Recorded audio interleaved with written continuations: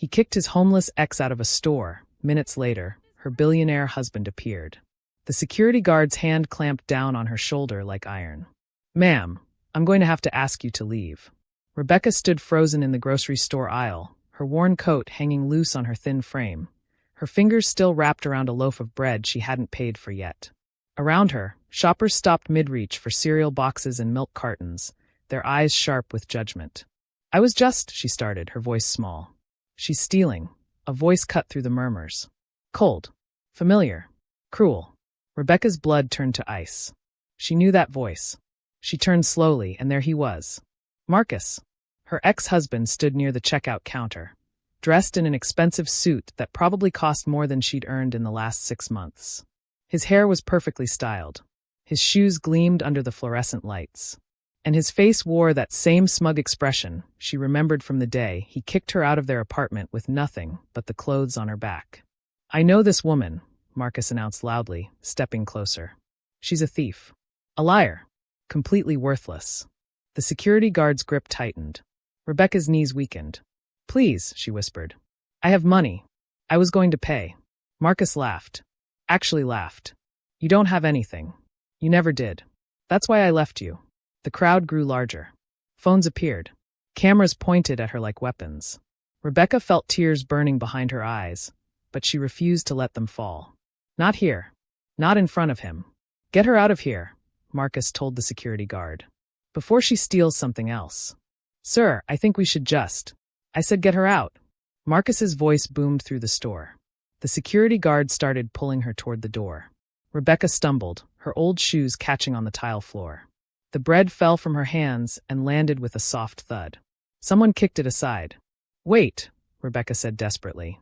"Please just wait." But Marcus stepped in front of her, blocking her path. He leaned down close enough that only she could hear his next words. "You're nothing, Rebecca. You've always been nothing. And now everyone can see it."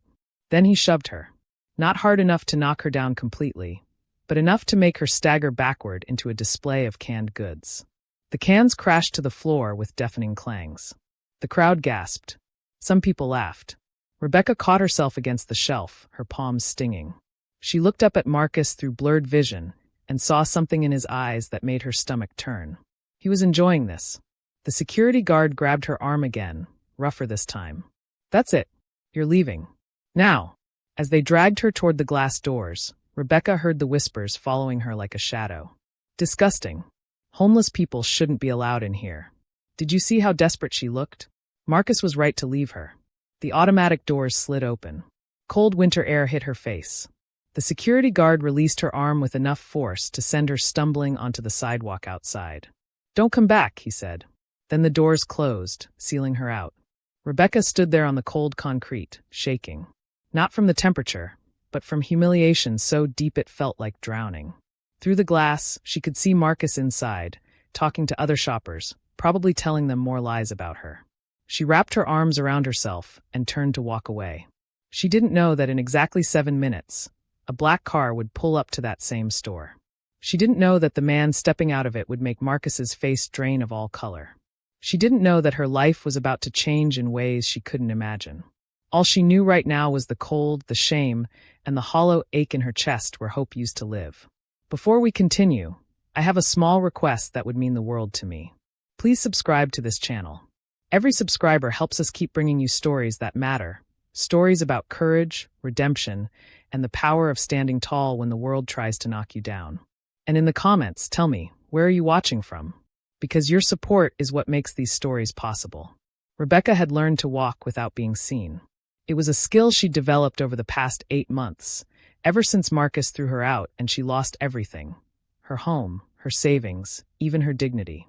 She moved through the city now like a ghost, keeping her head down, avoiding eye contact, trying not to exist too loudly in spaces where people with money and clean clothes decided who belonged and who didn't. But she had to eat. And the small amount of money she'd earned from cleaning an office building 2 nights ago was burning a hole in her pocket. Actual cash. Enough for bread, maybe some peanut butter, possibly fruit if she was careful. She'd chosen this grocery store specifically because it was on the edge of the wealthy district where Marcus lived, where they used to live together. She thought he'd be at work at this hour. She thought she'd be safe. She was wrong. The moment she'd walked through those automatic doors, she felt it, the weight of judgment pressing down on her shoulders. Her coat was too thin, too dirty.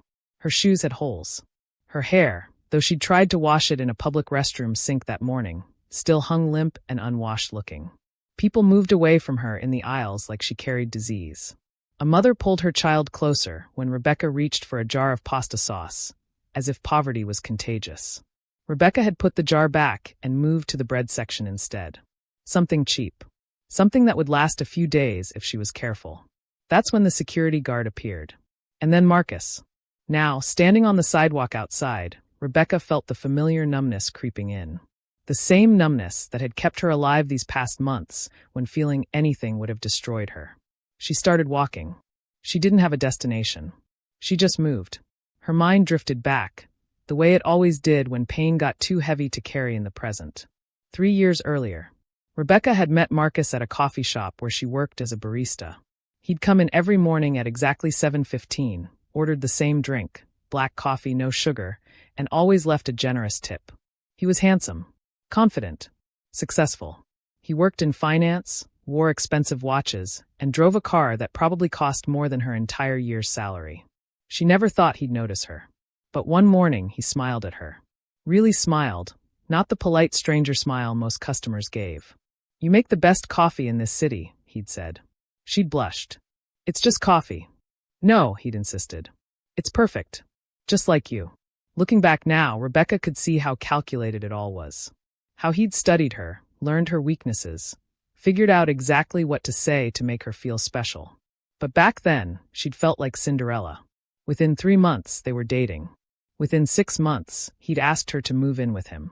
Within a year, they were married in a small ceremony at City Hall because Marcus said he didn't believe in wasteful wedding expenses. She should have seen the warning signs then. The way he criticized the dress she chose. "Too cheap looking, Rebecca. People will think I married down." The way he made her quit her barista job. "My wife doesn't need to work." It's embarrassing. The way he controlled every dollar, every decision, every moment of her life.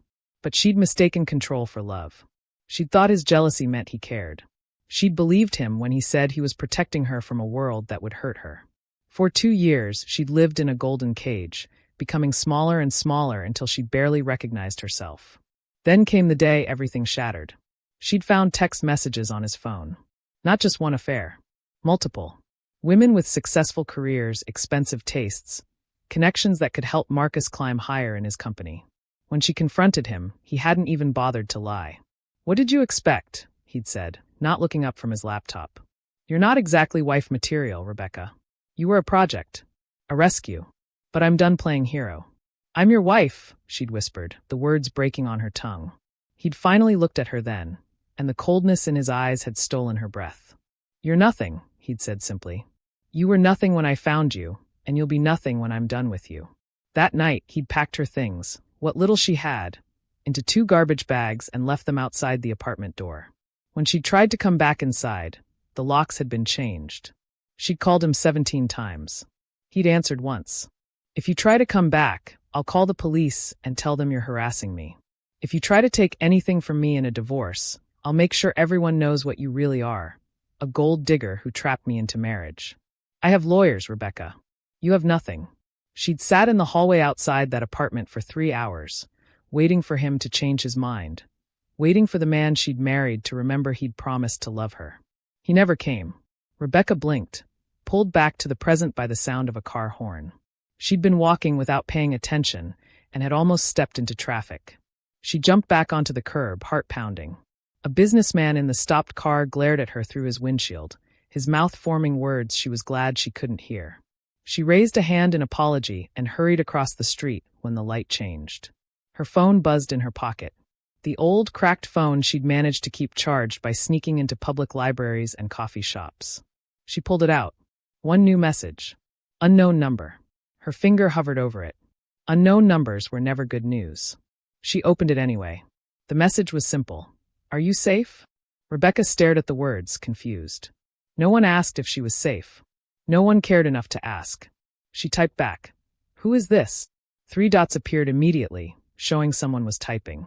Then, "Someone who's been looking for you. Are you hurt? I saw what happened at the store." Rebecca's breath caught. Someone had seen Marcus push her? Someone had witnessed her humiliation? She should have felt more ashamed. Instead, something else stirred in her chest. Something she hadn't felt in months. Anger. Small at first, like a spark. But growing. "I'm fine," she typed back, lying. "Who are you?" The response came quickly. "A friend." "Where are you right now?" Rebecca looked around. She was on a street corner 3 blocks from the grocery store, in a part of town she didn't know well. Office buildings towered above her. Business people rushed past, not seeing her. "I don't know you," she typed. "I'm not telling you where I am." "Smart," came the reply. "Stay where you are. Don't move. Please." Then nothing. Rebecca waited, staring at her phone's screen. 1 minute passed. Then 2. She should walk away. This was probably some kind of scam. Or worse, maybe Marcus had sent someone to harass her more. But something kept her feet planted on that corner. 5 minutes passed. Then she heard it.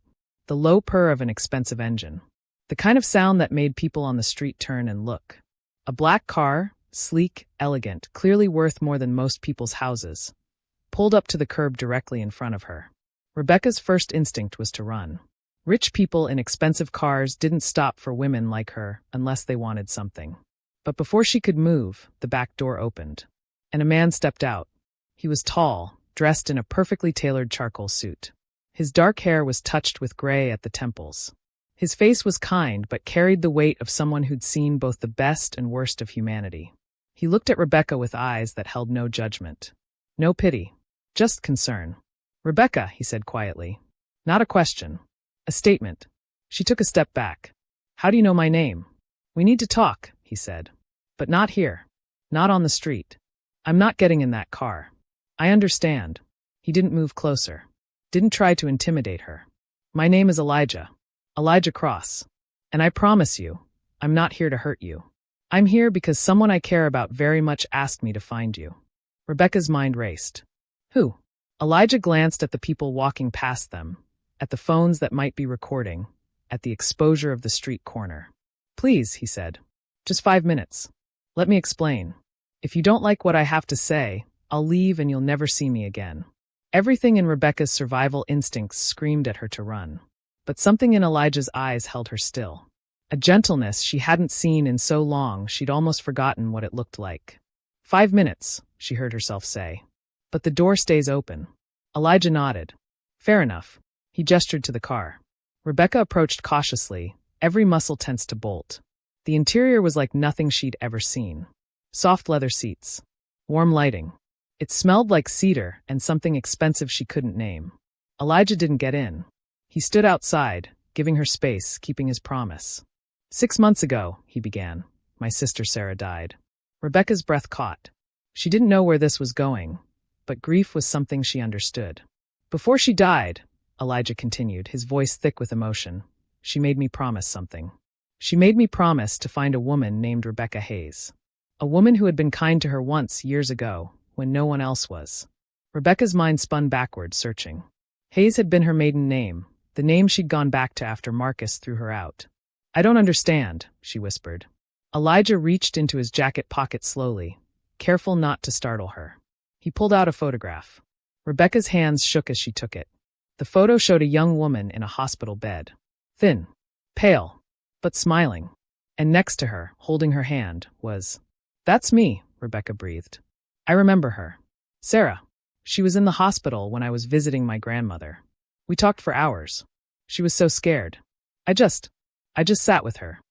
"You did more than sit with her," Elijah said softly. "You gave her your grandmother's rosary. You told her it had protected your family for 3 generations. You told her to keep fighting." Rebecca remembered. She'd given it without thinking, without expecting anything back. It was just something she'd done because Sarah had looked so alone. "She wore that rosary every day until she died," Elijah said, his voice breaking slightly. "And she made me promise that if I ever found you, I'd repay your kindness. She made me promise to help you, no matter what you needed." Tears spilled down Rebecca's cheeks before she could stop them. "But I gave her a $20 rosary," she whispered. "That was years ago. I didn't even know if she remembered." "She remembered everything," Elijah interrupted gently. "She told me you were the only person who treated her like a human being in that hospital. Like she mattered. And she wanted me to make sure someone treated you the same way. Rebecca couldn't speak. Couldn't process what she was hearing. I've been looking for you for 6 months, Elijah continued. I hired investigators. I searched everywhere. And then today, someone sent me a video. A video of what happened in that grocery store. Rebecca's shame came flooding back. You saw. I saw a man assault you, Elijah said, his voice hardening. I saw cruelty. And I saw you stand back up. He stepped closer, just slightly. My sister asked me to help you, Rebecca. And I'm a man who keeps his promises. So I'm asking you now, will you let me help? Rebecca looked at this stranger, this man whose sister she'd barely known, offering her something she'd stopped believing existed. Hope. I don't need charity, she said, but her voice cracked on the words. It's not charity, Elijah said firmly. It's a debt being repaid. You gave my sister hope when she had none. Let me give you the same. Rebecca wiped her eyes with the back of her hand. What do you want from me? Right now? Just to get you somewhere safe. Somewhere warm. Somewhere you can rest and think clearly. No strings. No expectations. Just safety. He pulled a business card from his pocket and held it out. Rebecca took it with trembling fingers. Elijah Cross, CEO, Cross Enterprises. Her eyes widened. Cross Enterprises? The billion-dollar company. Elijah gave a small, sad smile. Money couldn't save my sister. But maybe it can help save someone else she loved. Rebecca looked from the card to Elijah to the warm car interior to the cold street behind her. Why should I trust you? She whispered. You shouldn't, Elijah said honestly. You don't know me. But my sister trusted you once, with something small. I'm asking you to trust me now, with something bigger. Rebecca stood at a crossroads. Behind her was the life she'd been living. Cold, hungry, hopeless. In front of her was a stranger offering impossible kindness. She thought about Sarah, about the fear in that young woman's eyes in the hospital, about how Rebecca had held her hand and said, You're not alone. Okay, Rebecca heard herself say. Okay. Elijah's shoulders sagged with relief. Thank you. He stepped back, giving her room. Rebecca slid into the car, her entire body shaking now that adrenaline was fading. Elijah closed the door gently and walked around to get in the other side. Where are we going? Rebecca asked. Somewhere safe, Elijah said. Somewhere you can breathe. As the car pulled away from the curb, Rebecca looked out the window at the city she'd been surviving in for 8 months. She didn't know what came next. But for the first time since Marcus had destroyed her life, she felt something other than despair. She felt possibility. The car drove for 20 minutes before pulling up to a high-rise building that gleamed like something from a dream. This is where I live, Elijah explained. I have a guest suite that hasn't been used in months. It's yours for as long as you need it. Rebecca stared up at the building. I can't. You can, Elijah said gently. And you will. My sister would haunt me if I didn't at least offer. A doorman opened Rebecca's car door. He smiled at her warmly, with no trace of the disgust she'd seen in the grocery store. Welcome home, ma'am, he said. Home. The word hit Rebecca like a physical blow. She followed Elijah into the building, through a lobby more beautiful than anywhere she'd ever lived, into an elevator that moved so smoothly she barely felt it rising. When the doors opened, she stepped into a hallway that smelled like fresh flowers and expensive carpet. Elijah led her to a door at the end of the hall and unlocked it. The apartment inside was bigger than the house Rebecca had grown up in. Floor-to-ceiling windows showed the city sparkling below. Furniture that looked like art. A kitchen that gleamed. The bedroom is through there, Elijah said, pointing. Bathroom has everything you need. There's food in the kitchen. Clothes in the closet, different sizes, so something should fit. I had my assistant stock it when I first started looking for you. Rebecca turned to him, overwhelmed. Why are you doing this? Elijah met her eyes. Because my sister believed in kindness. And because nobody should have to sleep on the street when I have empty rooms. He moved toward the door. Wait, Rebecca said. That man. Marcus. In the store. He's my ex-husband. Elijah paused, his back to her. I know, he said quietly. I know who he is. I know what he did to you. And I know he's going to regret it. What do you mean? Elijah turned, and for the first time, Rebecca saw something other than gentleness in his expression. She saw steel. Marcus works at Sterling Financial, Elijah said. As of this morning, Cross Enterprises is their largest client. As of tomorrow morning, I'll be making some decisions about whether to continue that relationship. Rebecca's eyes widened. You can't, he'll lose his job. He assaulted you in a public store, Elijah said calmly. He humiliated you. He treated you like garbage. And based on what my investigators found, he's been doing it for years. How much do you know? Rebecca whispered. Enough, Elijah said. Enough to know that man deserves to face consequences. He opened the door to leave. Rest, he said. Tomorrow, we'll talk about what comes next. But tonight, you're safe. That's all that matters.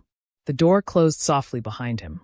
Rebecca stood alone in the beautiful apartment, surrounded by more luxury than she'd ever known.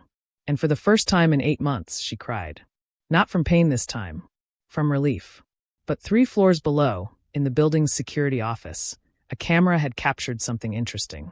A man in an expensive suit, lurking outside the building entrance. A man who looked a lot like Marcus Hayes. Watching. Waiting. Planning something that would change everything again. Rebecca woke up to sunlight streaming through windows so clean they looked invisible. For 3 confused seconds, she didn't know where she was. Then it all came rushing back. The grocery store, Marcus's cruelty, Elijah's impossible kindness. She sat up slowly, her body aching in ways she'd stopped noticing during her months on the street. The bed beneath her felt like sleeping on a cloud. The sheets smelled like lavender and something expensive she couldn't name. She looked down at herself. Last night, after crying for what felt like hours, she'd finally showered. The bathroom had been bigger than most apartments she'd lived in. The hot water had run for as long as she wanted. She'd found soap that didn't come from a public restroom dispenser, shampoo that made her hair feel human again. She'd put on pajamas from the closet Elijah mentioned, soft cotton that actually fit. Then she'd climbed into this bed and fallen asleep before her head hit the pillow. Now, morning light painted everything gold, and Rebecca felt something she hadn't felt in so long it scared her. She felt clean. Her phone buzzed on the nightstand. She'd plugged it in last night, watching the battery charge all the way to 100% for the first time in weeks. 2 new messages. The first was from Elijah. Good morning. There's breakfast in the kitchen whenever you're ready. Take your time. No rush. No pressure. Just breathe. The second message made her blood freeze. Unknown number. I know where you are. Rebecca's hands started shaking. She stared at the words until they blurred. Another message appeared. You think you can hide with your rich friend? You think you can embarrass me and just disappear? I'm coming for you, Rebecca. And when I find you, you'll wish you'd stayed in the gutter where you belong. Marcus. It had to be Marcus. Rebecca threw off the covers and ran to the window, pressing herself against the glass to look down at the street below.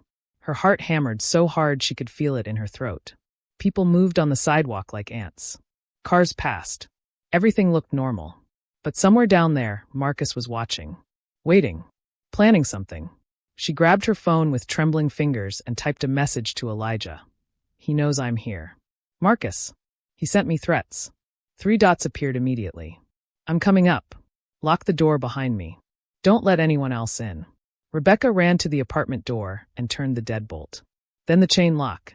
Then she pressed her back against it, sliding down until she sat on the floor, hugging her knees to her chest. This was too good to be true. She'd known it. She'd known she couldn't have nice things, couldn't have safety, couldn't have peace. Marcus would take it away. He always did. A knock on the door made her jump so hard she hit her head on the wood behind her. Rebecca, it's me. Elijah. She scrambled to her feet, checking through the peephole before unlocking everything and yanking the door open. Elijah stood there with 2 coffees and a bag that smelled like fresh pastries. But his face was serious. Worried. Show me the messages, he said, stepping inside. Rebecca handed him her phone with shaking hands. Elijah's jaw tightened as he read. Then he made a phone call, not even asking permission first. Daniel, it's Elijah Cross. I need full security on my building immediately. Someone's making threats against a guest of mine. Yes, the woman from yesterday. I don't care what it costs, I want cameras checked, entrances monitored, and I want to know if Marcus Hayes comes within 100 feet of this building. He paused, listening. No, don't arrest him yet. I want to know what he's planning first. Good. Call me every hour with updates. He hung up and turned to Rebecca. His expression softened. You're safe here, he said firmly. I promise you, he can't get to you. You don't know Marcus, Rebecca whispered. He doesn't stop. When he wants something, he doesn't stop until he destroys it. Then he's never met someone like me, Elijah said quietly. Because I don't stop either. He set the coffee and pastries on the kitchen counter. Come eat, he said. You need food. Real food. Rebecca wanted to argue that she couldn't eat, that her stomach was twisted in knots. But the smell of those pastries made her mouth water. She couldn't remember the last time she'd eaten something fresh, something warm, something that wasn't stale bread or food from a dumpster behind a restaurant. She sat at the counter. Elijah pushed a croissant toward her. Chocolate, he said. Sarah's favorite. She used to say chocolate made everything a little less terrible. Rebecca picked it up. The pastry was still warm. She took a bite and almost cried again because it tasted like heaven, like normal life, like everything she'd lost. Thank you, she whispered. Elijah sat across from her, not touching his own food, just watching her eat with a sadness in his eyes that made Rebecca wonder what else he'd lost besides his sister. Can I ask you something? Rebecca said after a few bites. Anything. Why do you really care? I mean, yes, your sister asked you to help me. But this, she gestured around the apartment. This is more than help. This is. I don't understand. Elijah was quiet for a long moment. Then he spoke, and his voice carried the weight of old pain. 5 years ago, I was engaged, he said. Her name was Grace. She was beautiful, kind, smart, everything I thought I'd been looking for my whole life. Rebecca waited, sensing there was more. We were supposed to get married in June, Elijah continued. But in March, she told me she'd made a mistake. She said she'd fallen in love with someone else. My business partner. My best friend. Rebecca's chest ached. She knew that kind of betrayal. They'd been seeing each other for over a year, Elijah said, staring at his coffee. Everyone knew except me. I was so focused on building my company, making money, securing our future, that I didn't see what was happening right in front of me. I'm sorry, Rebecca said softly. The worst part wasn't losing her, Elijah said. The worst part was what came after. They got married 6 months later. And I became this shell. I stopped trusting people. Stopped believing in kindness. I built walls so high that even my own sister couldn't reach me sometimes. He looked up, meeting Rebecca's eyes. Sarah used to tell me I'd forgotten what it meant to be human, he said. She said I'd let one betrayal turn me cold. And she was right. For years, I was right. Until she got sick. His voice cracked slightly. When Sarah was dying, she made me promise 2 things. 1, find you and repay your kindness. 2, remember what it feels like to care about another human being again. Rebecca's throat tightened. So yes, Elijah said. I'm helping you because Sarah asked me to. But I'm also helping you because somewhere along the way, I forgot that there are people in this world who give without expecting anything back. People like you. People like Sarah. And if I can help someone like that survive, maybe I can become human again too. Rebecca didn't know what to say. She reached across the counter and placed her hand over Elijah's. He looked surprised, then grateful. You're already human, Rebecca said quietly. More than most people I've known. They sat like that for a moment, 2 broken people trying to believe in kindness again. Then Elijah's phone rang. Yes, Daniel? Elijah answered, his voice immediately sharp. He listened, his expression darkening. Are you sure? When? No, don't approach him. Just watch him. I want to know everything. He hung up and looked at Rebecca with concern. Marcus was outside the building an hour ago, Elijah said. Security footage shows him watching the entrance, making phone calls. Then he left. Rebecca's hands went cold. He's planning something. Probably, Elijah agreed. But he's not the only one who can make plans. What do you mean? Elijah pulled out his laptop and opened it on the counter. His fingers moved across the keyboard with quick efficiency. While you were sleeping, he said, I made some calls. Called in some favors. Did some research. He turned the laptop so Rebecca could see the screen. It showed Marcus's face, a professional photo from his company website. Beneath it, documents. Financial records. Email transcripts. Photos. Marcus Hayes, Elijah read aloud. Age 34. Works at Sterling Financial as an investment analyst. Earns $200,000 a year, but spends like he earns twice that. He's in debt. Serious debt. Rebecca's eyes widened. What? Credit cards maxed out, Elijah continued. Personal loans he's defaulting on. Gambling debts at 3 different casinos. He's drowning, Rebecca. And he's been stealing from his clients to cover it. Rebecca felt dizzy. How do you know this? I have investigators, Elijah said simply. Good ones. They've been digging into Marcus since yesterday. And what they found is illuminating. He clicked to another document. Your marriage, Elijah said. Marcus told everyone you didn't work, that he supported you completely. But that wasn't true, was it? Rebecca shook her head. I work part-time at a bookstore. He made me give him all my paychecks. He said it was for our future.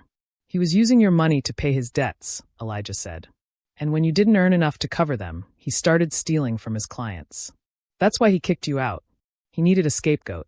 If his crimes were discovered, he was going to blame everything on you. Rebecca felt like the floor had dropped out from under her. He was going to frame me? He still might try, Elijah said. That's probably why he's panicking now. If you have money, if you have support, you're harder to control. Harder to silence. Rebecca stood up, pacing. This is insane. I just wanted to buy bread. I just wanted to survive. And now you have a choice, Elijah interrupted gently. You can run, keep hiding, let Marcus control your life forever. Or what? Elijah's eyes held steel again. Or you can fight back. Rebecca stopped pacing. How? He has lawyers. Money. Power. What do I have? You have the truth, Elijah said. And you have me. Before Rebecca could respond, there was a loud pounding on the apartment door. Not knocking. Pounding. Rebecca. Marcus's voice screamed from the hallway. I know you're in there. Open this door. Rebecca froze, her entire body turning to ice. Rebecca. Marcus pounded harder. You think you can hide from me? You think your rich boyfriend can protect you? I'll destroy you. I'll destroy both of you. Elijah was already on his phone. Daniel, Marcus Hayes is in my building, on my floor, making threats. I want him removed immediately. You ruined my life. Marcus screamed. The door shook with his pounding. Everything was fine until you came back. Everything was fine. Rebecca backed away from the door, her breath coming in short gasps. Elijah moved toward her, placing himself between her and the door. He can't get in, he said calmly. The door is solid steel. Building security is coming. He can't hurt you. Open this door. Marcus's voice had gone from angry to desperate. Please, Rebecca, please. They're going to arrest me. They found out about the money. You have to tell them it wasn't me.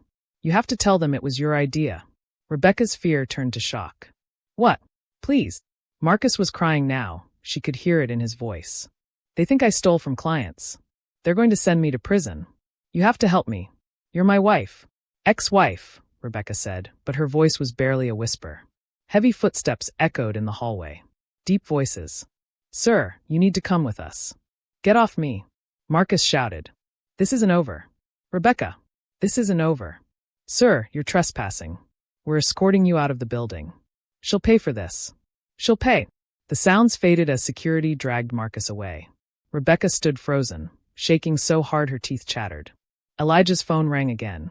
He answered it, spoke quietly, then hung up. He's gone, Elijah said. Building security has him. The police are on their way. He'll be charged with trespassing and making threats. Rebecca sank into a chair, her legs giving out. This is my fault, she whispered. All of this. If I hadn't gone to that store, if I hadn't let you help me. Stop, Elijah said firmly. He knelt in front of her chair, making her look at him. Nothing about this is your fault. Marcus destroyed his own life with his choices. His crimes. His cruelty. You were just trying to survive. But he's right, Rebecca said, tears streaming down her face. I ruined his life. He was fine before. He was stealing from innocent people before you ever came back, Elijah interrupted. He was drowning in debt from his own greed. He was cruel to you for years. None of that is because of you. Rebecca shook her head, but Elijah caught her face in his hands, gentle but firm. Listen to me, he said. Marcus is facing consequences for his own actions. Not yours. His. You didn't destroy him. He destroyed himself. Why does it feel like my fault? Rebecca whispered. Because he spent years making you believe you were responsible for his happiness, Elijah said softly. Because he trained you to take the blame for everything wrong in his life. But you're not responsible for fixing him, Rebecca. You never were. Rebecca cried harder, months of held-back tears finally breaking free. Elijah didn't try to stop her. He just stayed there, steady and solid, until the storm passed. When Rebecca finally caught her breath, she wiped her face with her hands. What happens now? She asked. Elijah stood, helping her to her feet. Now we make sure Marcus faces justice. And we make sure you get your life back. I don't have a life to get back, Rebecca said bitterly. I have nothing. No job. No home. No. You have more than you think, Elijah said. He went to his laptop and pulled up a new document. These are bank accounts in your name. Accounts Marcus opened using your identity. He put his stolen money in them, so if he got caught, it would look like you were the thief. Rebecca's stomach dropped. No, he wouldn't. He did, Elijah said. But here's what he didn't count on. My investigators found proof that Marcus opened these accounts without your knowledge. We have his digital fingerprints on the applications. His IP address. His signatures forged. Hope flickered in Rebecca's chest, small but real. Meaning we can prove you're innocent, Elijah said. And more than that, we can prove Marcus tried to frame you. Which makes his crimes even worse. Rebecca sat down heavily. I don't understand. Why would you do all this for me? This must have cost you. Money isn't real to me anymore, Elijah said simply. I have more than I could spend in 10 lifetimes. But time, kindness, human connection, that's real. That's what my sister taught me before she died. He sat beside Rebecca. You gave Sarah hope when she had none, he said. You gave her a reason to believe the world wasn't completely cruel. And that gift was worth more than anything I could ever pay you back with. Rebecca looked at this man who had appeared in her life like something from a dream. This man who had every reason to be cold and closed off, but had chosen kindness instead. I don't know how to thank you, she said. You already did, Elijah said. By accepting help. By trusting me. By still believing, even after everything Marcus did, that not everyone in this world is cruel. They sat in silence for a moment. Comfortable silence. Safe silence. Then Elijah's phone buzzed. He checked it and smiled slightly. The police arrested Marcus at his office, he said. They found evidence of embezzlement. Fraud. Identity theft. He's being charged with multiple felonies. Rebecca didn't feel happy. She felt hollow. Empty where anger should have been. I thought I'd feel different, she said quietly. When he finally got caught, I thought I'd feel satisfied. But I just feel sad. That's because you're not like him, Elijah said. You don't find joy in other people's suffering. Even people who hurt you. Is that weak? That's human, Elijah corrected. That's compassion. That's what makes you better than him. Rebecca's phone buzzed. Another message. She flinched, expecting more threats. But it was from a number she didn't recognize. Rebecca, this is Marcus's mother, Margaret. I just heard what happened. I'm so sorry for everything my son did to you. I should have said something years ago when I saw how he treated you. I should have helped. I didn't, and I'll regret that forever. If you're willing, I'd like to talk. I have things you should know about Marcus. Things that might help you heal. No pressure. Just, I'm sorry. Rebecca stared at the message, stunned. What is it? Elijah asked. She showed him the message. Do you want to meet her? Elijah asked. You don't have to. You don't owe her anything. Rebecca thought about Margaret. The kind woman who had welcomed Rebecca into her family with warm hugs and homemade cookies. The woman who had slowly stopped calling after Marcus kicked Rebecca out. I think I need to, Rebecca said. I need to understand why he became what he is. I'll go with you, Elijah offered. If you want. Rebecca looked at him. Really looked at him. This man who had saved her from the street, protected her from her ex-husband, fought for her when she couldn't fight for herself. Why are you so kind? She asked softly. Elijah's expression turned sad. Because someone should have been kind to me when my world fell apart. And because Sarah was right, I'd forgotten what it meant to care about someone. And now, he smiled slightly. Now I'm remembering. Rebecca's phone buzzed again. Margaret, if you want to meet, I'm at St. Michael's Church. The one on Oak Street. I'll be here until 6. No pressure, sweetheart. Just, I hope you'll come. Rebecca stood. I need to do this. I need to hear what she has to say. Then let's go, Elijah said, standing too. You don't have to. I know, Elijah said. But I'm not letting you face anything alone anymore. Not if I can help it. They rode in Elijah's car to St. Michael's Church, a small building tucked between coffee shops and bookstores. Rebecca remembered coming here with Marcus once, years ago, for a cousin's wedding. Marcus had complained the entire time. Inside, the church was quiet, peaceful. Candles flickered near the altar. Light streamed through stained glass windows, painting everything in shades of blue and gold. Margaret sat in a pew near the front, her head bowed in prayer. She looked older than Rebecca remembered. Tired. Worn down by something heavy. Mrs. Hayes, Rebecca said softly. Margaret looked up, and her face crumpled immediately. Oh, Rebecca, she whispered, standing and rushing forward. She pulled Rebecca into a hug so tight it hurt. I'm so sorry. I'm so sorry. Rebecca stood stiff at first, then slowly relaxed into the embrace. It felt like being hugged by a mother she'd never really had. Margaret pulled back, holding Rebecca at arm's length. Look at you. You're so thin.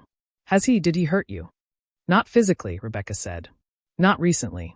Margaret's eyes filled with tears. I should have stopped him. I knew what he was doing to you. I knew, and I didn't say anything because he's my son and I wanted to believe he would change. Elijah stood back, giving them space but staying close. Margaret noticed him and wiped her eyes. You must be Mr. Cross. Thank you for helping Rebecca. Thank you for being better than my son. She helped herself, Elijah said quietly. I just provided resources. Margaret turned back to Rebecca. There's something you need to know. Something Marcus's father and I kept secret for too long. Rebecca's stomach tightened. What? Margaret sat down in the pew, gesturing for Rebecca to sit beside her. Elijah remained standing, respectful but present. Marcus wasn't always cruel, Margaret began. When he was young, he was sweet, gentle. He loved animals. He cried at sad movies. He was good. Rebecca waited, sensing there was more. But when he was 15, Margaret continued, her voice shaking, his father started teaching him that goodness was weakness. That compassion was for people who couldn't compete. That the world was divided into winners and losers, and if you weren't crushing people beneath you, you were being crushed. Rebecca's breath caught. Marcus's father was successful, Margaret said bitterly. Rich, powerful, respected, and absolutely empty inside. He taught Marcus that love was for fools, that women were possessions, that anyone who couldn't benefit you should be discarded. Tears ran down Margaret's cheeks. I tried to fight it, she whispered. I tried to teach Marcus differently. But his father was stronger, louder, and eventually I gave up. I let my son turn into a monster because I was too afraid to stand up to my husband. Where is Marcus's father now? Rebecca asked quietly. Dead, Margaret said. Heart attack 5 years ago. And you know what Marcus said at the funeral? He said, finally, I inherited something worth having. Rebecca felt sick. I'm telling you this, Margaret said, looking Rebecca in the eyes, not to excuse what Marcus did to you. Nothing excuses that. I'm telling you this so you understand that his cruelty isn't your fault. It was planted in him long before he met you. You didn't make him into what he is. His father did. And I let it happen. You were a victim too, Rebecca said softly. Margaret shook her head. No, I was a coward. There's a difference. I chose silence over protecting you. And I'll carry that guilt until I die. They sat in silence for a moment, the weight of old sins pressing down on all of them. Then Margaret reached into her purse and pulled out an envelope. This is for you, she said, handing it to Rebecca. Rebecca opened it cautiously. Inside was a check, made out to her, for $50,000. I can't accept this, Rebecca said immediately. It's not charity, Margaret said. It's what Marcus stole from you. Your paychecks, your savings, everything he took. I've been setting aside money for years, hoping I'd find you someday and could give it back. Rebecca stared at the check, overwhelmed. Take it, Margaret insisted. Start over. Build a new life. Be happy. That's the only thing that will help me sleep at night, knowing you survived what my son tried to destroy. Rebecca looked at Elijah. He nodded slightly, encouraging. Thank you, Rebecca whispered, folding the check carefully and putting it in her pocket. Margaret stood. I should go. I just wanted you to know the truth. And to tell you that you deserved better. You deserved kindness. And I'm sorry you didn't get it from our family. She hugged Rebecca one more time, then walked toward the church exit, her shoulders bent with the weight of regret. Rebecca watched her go, feeling something shift inside her chest. It wasn't forgiveness yet, but it was understanding. And understanding was a start. Elijah sat down beside her. How are you feeling? Rebecca thought about it. Really thought. Lighter, she said finally. Like I've been carrying something that wasn't mine to carry, and I just put it down. Good, Elijah said. That's good. They sat together in the quiet church, two people learning how to heal. Then Rebecca's phone buzzed one more time. She pulled it out, expecting another message from Margaret. Instead, it was from a number she'd blocked months ago. Marcus. The message was simple, chilling. I'll destroy you, even from prison. I'll make sure everyone knows what you really are. A nothing. A nobody. And when I'm done, you'll have nowhere left to hide. Rebecca's hands shook as she showed Elijah the message. His expression hardened into something dangerous. He just made a mistake, Elijah said quietly. What do you mean? Elijah stood, already dialing his phone. He thinks you're still alone. Still helpless. Still the woman he could push around. He put the phone to his ear. He's wrong, Elijah said. And tomorrow, the whole world is going to know exactly who Rebecca Hayes really is. Rebecca looked up at him, confused. What are you planning? Elijah smiled, but it wasn't gentle anymore. It was the smile of someone who'd been holding back too long. Justice, he said simply. And Rebecca, sitting in that quiet church with a check in her pocket and kindness beside her, felt something fierce and powerful wake up inside her chest. For the first time in years, she felt strong. Subscribe to this channel to support our growth. Every subscriber helps us continue bringing stories of hope, redemption, and the courage to stand up when the world knocks you down. The next morning, Rebecca woke to find Elijah already in the apartment's living room, his laptop open, phone pressed to his ear, speaking in that calm but commanding voice she was beginning to recognize as his business tone. I don't care if it's unprecedented, he was saying. Make it happen. I want the press conference scheduled for 2 o'clock today. Yes, today. And I want every major news outlet there. Tell them Cross Enterprises is making a major announcement about corporate fraud and victim advocacy. He paused, listening. No, I'm not concerned about the optics. Sometimes doing the right thing looks messy. Set it up. He hung up and turned to find Rebecca standing in the doorway, still in her borrowed pajamas, her hair tangled from sleep. Good morning, he said, his expression softening. I made coffee. And there's breakfast, real breakfast this time. Eggs, toast, fruit. Rebecca moved slowly into the kitchen, her mind still foggy. What was that phone call about? Elijah set down his laptop and looked at her directly. I'm holding a press conference this afternoon. About Marcus. About what he did to you. About the fraud, the abuse, the identity theft, all of it. Rebecca's coffee cup froze halfway to her lips. What? No. Elijah, you can't. I can, he said gently. And I will. Unless you tell me not to. I'm telling you not to. Rebecca said, panic rising in her chest. If you do that, everyone will know. Everyone will see what happened to me. They'll know I was homeless, that I was weak, that I let him. They'll know you survived, Elijah interrupted. They'll know Marcus is a criminal who preyed on someone vulnerable. They'll know you're a victim who deserves justice. They'll know I'm pathetic, Rebecca whispered, setting down her cup with shaking hands. Elijah walked around the counter and stood in front of her. Not too close, giving her space, but close enough that she could see the intensity in his eyes. Rebecca, listen to me. Marcus sent you that threat last night because he thinks silence is his weapon. He thinks as long as you're too ashamed to speak, he can control the narrative. He can paint himself as the victim and you as the villain. I am ashamed, Rebecca said, tears building. I'm ashamed that I stayed with him. I'm ashamed that I believed his lies. I'm ashamed that I ended up on the street eating garbage because I had nowhere else to go. That shame belongs to Marcus, not you, Elijah said firmly. He should be ashamed. His family should be ashamed. The system that failed you should be ashamed. But you? You survived. That's not shameful. That's powerful. Rebecca wiped her eyes roughly. You don't understand what it's like. You're successful, wealthy, respected. You've never been looked at like you're trash. Something painful flashed across Elijah's face. You're right, he said quietly. I've never been homeless. I've never gone hungry. But I know what it's like to be betrayed by someone you loved. I know what it's like to have everyone whisper about you, to have your pain turned into entertainment. He sat down beside her. When Grace left me for my business partner, it was all over the news, he said. Every tabloid, every gossip site, every social media platform. People I'd never met had opinions about why I wasn't good enough, what I did wrong, how I failed as a man. Rebecca looked at him, really seeing the old wound beneath his composed exterior.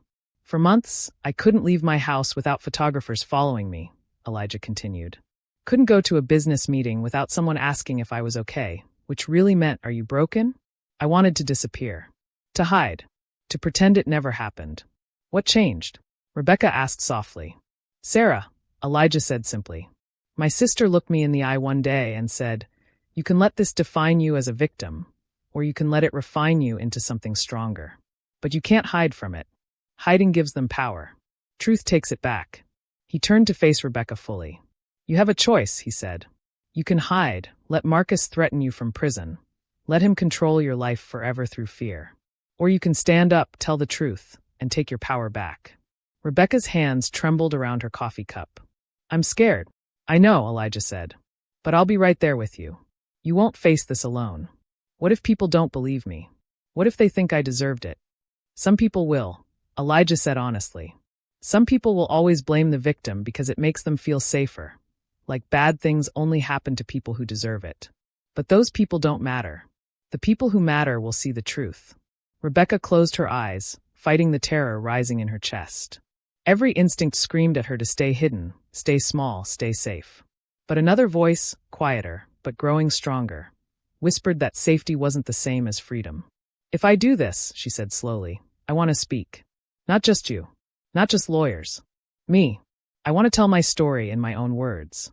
Elijah's eyes filled with something that looked like pride. Are you sure? No, Rebecca said honestly. But I'm tired of letting other people speak for me. Marcus spoke for me. His family spoke for me. Even the people who were supposed to help me spoke for me. This time, I speak for myself. Elijah nodded. Then that's what we'll do. By 1:30 that afternoon, Rebecca stood in front of a mirror in Elijah's apartment, barely recognizing herself. A stylist Elijah had hired, a kind woman named Patricia who asked no invasive questions, had helped her find clothes that fit properly. Not expensive designer things, just simple, professional clothes that made Rebecca look put together. Human. Her hair had been washed and trimmed. Her face, scrubbed clean and moisturized, looked healthier than it had in months. But it was her eyes that shocked her most. They looked determined. You ready? Elijah asked from the doorway. He wore a sharp suit, looking every inch the billionaire CEO, but his expression was gentle. I don't know, Rebecca admitted. What if I freeze up there? What if I can't talk? Then I'll talk, Elijah said. But I don't think you'll freeze. I think you're stronger than you've let yourself believe. Rebecca took a deep breath. Okay, let's do this before I change my mind. They rode to the Cross Enterprises headquarters building in Elijah's car. Rebecca watched the city pass by through tinted windows, her heart hammering harder with each block. When they arrived, there were news vans everywhere. Cameras. Reporters clustered around the building entrance like sharks sensing blood. Rebecca's courage faltered. Elijah, this is too much. Look at me, Elijah said, taking her hand. You don't have to do this. We can turn around right now. But if you walk through those doors, if you tell your truth, Marcus loses. He loses his power over you. He loses his ability to make you afraid. Rebecca looked at the reporters, then back at Elijah. Will you stand with me up there? She asked. When I talk. Every second, Elijah promised. Rebecca nodded once, steeling herself. Then let's go. Elijah's security team created a path through the reporters. Questions flew at them like weapons. Mr. Cross, what's this about?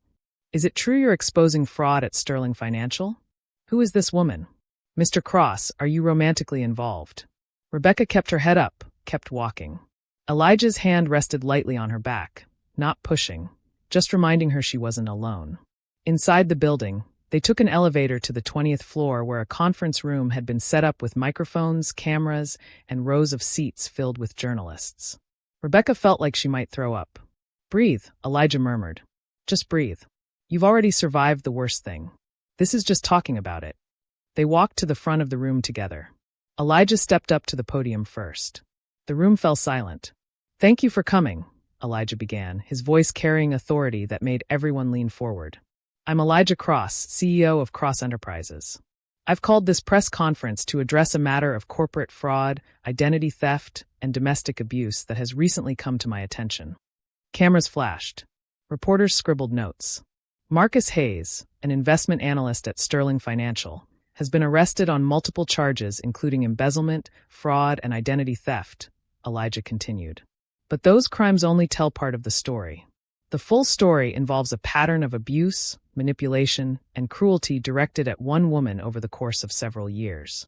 He paused, letting that sink in. That woman is standing beside me today. And unlike Mr. Hayes, who hid his crimes behind lies and threats, she's choosing to speak the truth. I'd like to introduce Rebecca Hayes. Elijah stepped aside, giving Rebecca space at the microphone. Every eye in the room fixed on her. Rebecca's hands shook so hard she had to grip the podium to keep them still. Her mouth went dry. Her mind went blank. Then she saw it. In the back row, a young woman about her age, holding a notebook, looking at Rebecca not with judgment, but with something that looked like hope.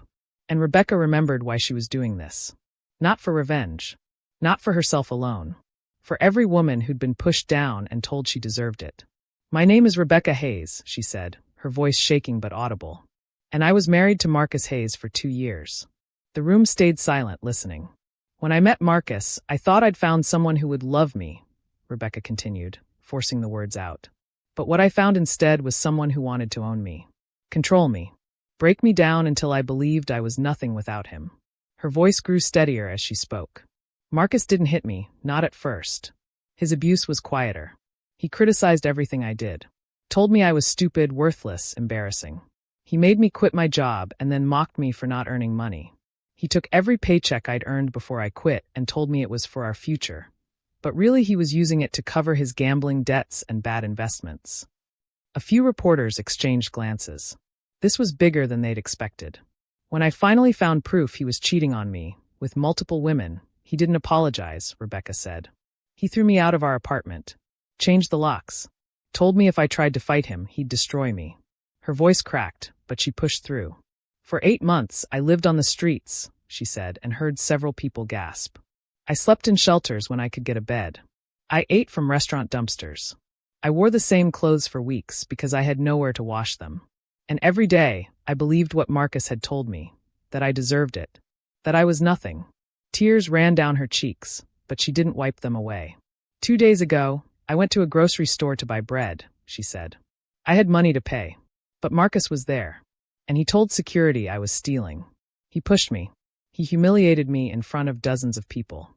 He called me worthless and told me I'd always be nothing." The room was so quiet Rebecca could hear her own heartbeat. "But he was wrong," she said, her voice growing stronger. "I'm not nothing. I'm a survivor. And I'm standing here today to tell every person who's been abused, manipulated, or thrown away by someone they loved. You're not nothing either. You're not what they told you. You're not weak for staying. You're not stupid for believing. You're human. And you deserve better." Several reporters were wiping their own eyes now. "Marcus Hayes stole my money, my dignity, and almost my life," Rebecca said. "But he didn't steal my voice. And today, I'm using it. I'm telling the truth he tried so hard to bury. And I hope that somewhere, someone who's living the life I lived will hear this and know you can survive. You can escape. You can heal." She stepped back from the microphone, shaking so hard her knees nearly gave out. Elijah was there instantly, steadying her. "Questions," he said to the room. Hands shot up everywhere.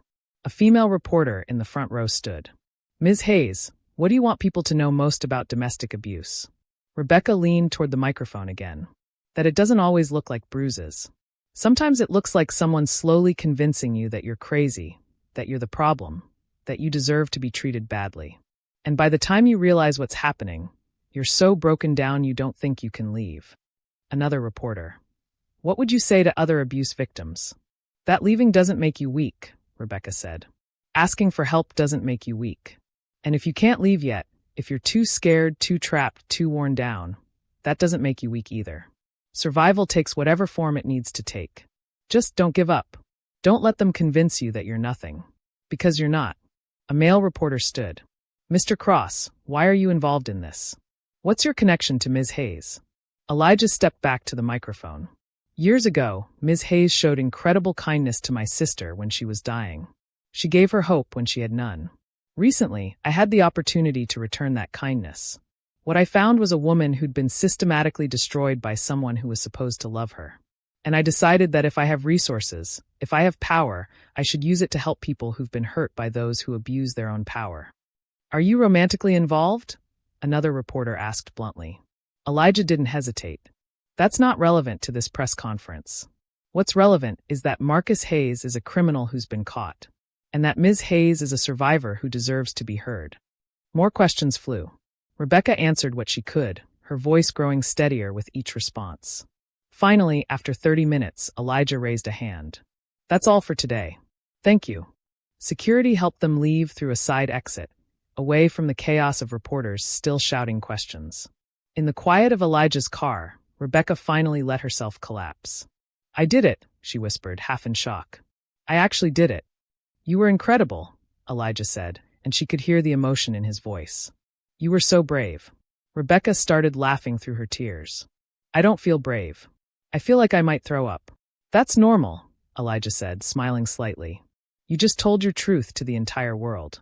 That's terrifying. Rebecca's phone started buzzing. And buzzing. And buzzing. She pulled it out cautiously. Messages flooded in. Dozens. Then hundreds. From people she didn't know. Thank you for speaking. You gave me courage to leave my abuser. I've been where you are. You're not alone. You're so strong. Thank you for your honesty.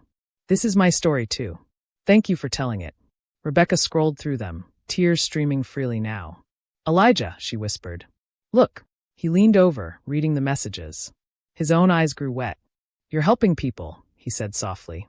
You're saving lives just by telling your truth. Rebecca couldn't speak. She just cried, overwhelmed by the realization that her pain, her horrible, humiliating pain, was somehow becoming something meaningful. Her phone rang. A number she recognized. Marcus's mother, Margaret. Rebecca answered, her voice shaky. Hello. Rebecca, Margaret said, crying openly. I just watched the press conference. I'm so proud of you. So proud. You spoke for every woman who's been silenced. Including me. Rebecca's throat tightened. Thank you. And Rebecca? Margaret's voice grew fierce. Marcus will never hurt you again. I promise you that. I'm testifying against him. I'm telling the courts everything I know. He's my son, but what he did to you is unforgivable. Rebecca closed her eyes, feeling something inside her chest finally begin to heal. Thank you, she whispered again. After they hung up, Elijah's phone rang. He answered, listened, then smiled. That was my attorney, he said. Sterling Financial just fired Marcus and released a statement condemning his actions. Several of his victims are coming forward now, emboldened by your courage. He's facing years in prison, Rebecca. Real consequences. Rebecca nodded slowly. She didn't feel happy about Marcus going to prison, but she felt free. What happens now? She asked. Elijah looked at her thoughtfully. What do you want to happen? Rebecca thought about it. Really thought. I want to help people, she said finally. People like me. People who are trapped and scared and don't know how to escape. I want to use what happened to me to make something good. Elijah's smile was warm and genuine. Then that's exactly what we'll do. 6 months later, Rebecca stood in front of a small building in downtown, watching workers hang a sign above the door. Sarah's house, a safe haven for domestic abuse survivors. Elijah stood beside her, hands in his pockets, looking at the sign with satisfaction. Sarah would have loved this, he said quietly. I hope so, Rebecca said. She started all of this. Her kindness to me. Your kindness to me. It all came from her. The shelter had been Elijah's idea, but Rebecca had poured her heart into making it real. A place where abuse survivors could stay safely, get legal help, receive counseling, and rebuild their lives without judgment or shame. Rebecca would manage it. She'd hired staff who understood trauma. She'd created programs that actually helped instead of just lecturing. And she'd done it all while healing herself. Therapy had helped. Time had helped. But mostly, choosing to speak her truth had helped. She'd testified at Marcus's trial. Watched him be sentenced to 8 years in prison for fraud, embezzlement, and identity theft. She'd watched him cry and beg and promise he'd changed. She'd felt nothing but pity for the small, broken man he'd become. Ready to go inside? Elijah asked, pulling her back to the present. Rebecca smiled. Yes. Let's go see it. They walked through the doors together, into the warm, welcoming space they'd created. Soft couches. Bright windows. A kitchen that smelled like fresh bread. Bedrooms that felt safe. Everything Rebecca had needed and never found. Now she'd made it for others. Thank you, she said to Elijah, turning to face him. For everything. For believing me. For fighting for me. For helping me find myself again. Elijah shook his head gently. You found yourself, Rebecca. I just reminded you where to look. She hugged him. This man who'd appeared in her life like an answer to a prayer she'd been too broken to speak. Will you stay involved? She asked. With the shelter? Always, Elijah promised. Sarah would haunt me if I didn't.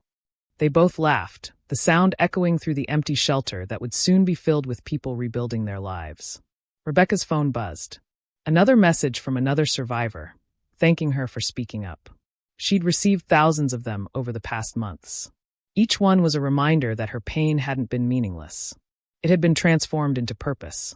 You know what the best part is? Rebecca said, looking around the shelter. What? Marcus wanted to destroy me, she said. He wanted to make me nothing. But instead, he pushed me toward something I never would have found on my own. He pushed me toward my purpose. Elijah smiled. That's called redemption. No, Rebecca corrected gently. That's called survival. Redemption is what comes next. And standing there in Sarah's house, surrounded by the evidence of her own strength, Rebecca finally believed it. She wasn't broken. She wasn't nothing. She was a survivor who'd turned her pain into power. And she was just getting started. Subscribe to this channel to support our growth. Your support helps us continue sharing stories of courage, healing, and the incredible strength of the human spirit. Every person who subscribes helps us reach more people who need to know they're not alone. Thank you for being here. Thank you for listening. And remember, no matter what you've survived, you are not nothing. You are powerful beyond measure.